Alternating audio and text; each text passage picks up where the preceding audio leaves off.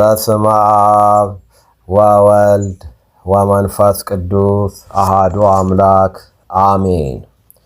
ኦሪት ዘኍልቍ ምዕራፍ 20 ከቁጥር 1 እስከ ፍጻሜ ምዕራፍ።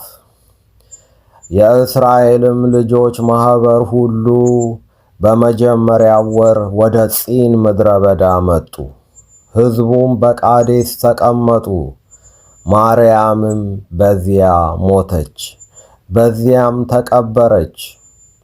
ለማኅበሩም ውሃ አልነበረም። በሙሴና በአሮንም ላይ ተሰበሰቡ። ሕዝቡም ሙሴን ተጣሉት፣ እንዲህም ብለው ተናገሩት።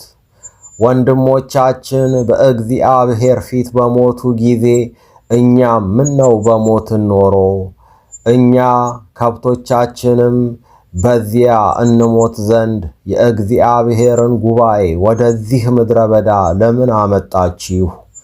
ወደዚህ ክፉ ስፍራ ታመጡን ዘንድ ከግብፅ ለምን አወጣችሁን? ዘርና በለስ ወይንም ሮማንም የሌለበት ስፍራ ነው፣ የሚጠጣም ውሃ የለበትም። ሙሴና አሮንም ከጉባኤው ፊት ወደ መገናኛው ድንኳን ደጃፍ ሂደው በግንባራቸው ወደቁ።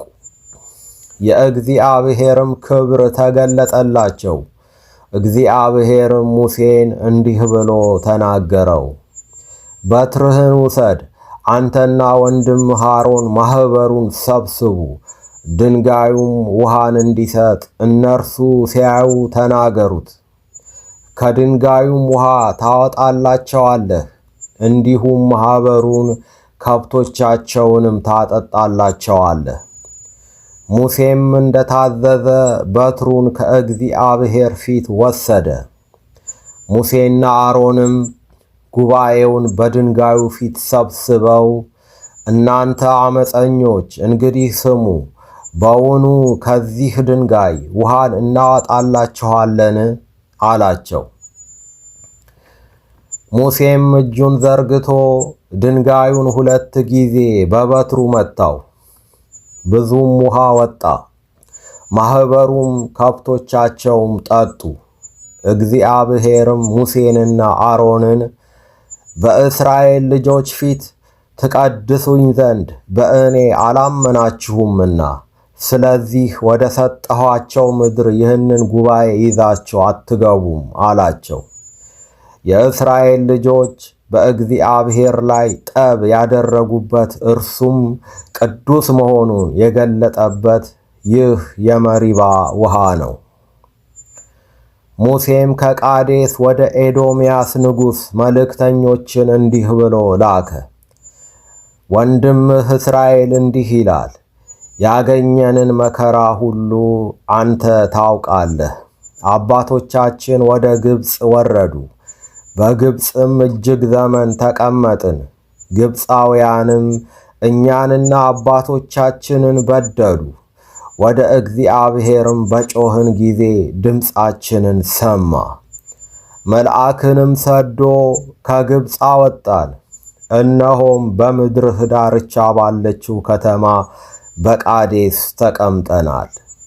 እባክህ በምድርህ ላይ እንለፍ፣ ወደ እርሻም ወደ ወይንም አንገባም፣ ከጉድጓዶችህም ውሃን አንጠጣም።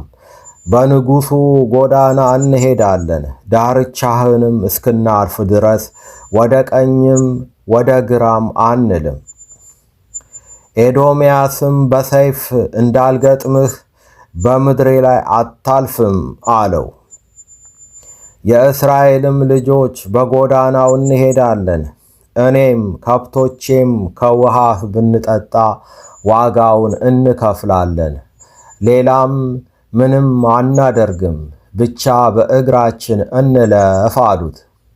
እርሱም አታልፍም አለ። ኤዶምያስም በብዙ ሕዝብና በጽኑ እጅ ሊገጥመው ወጣ።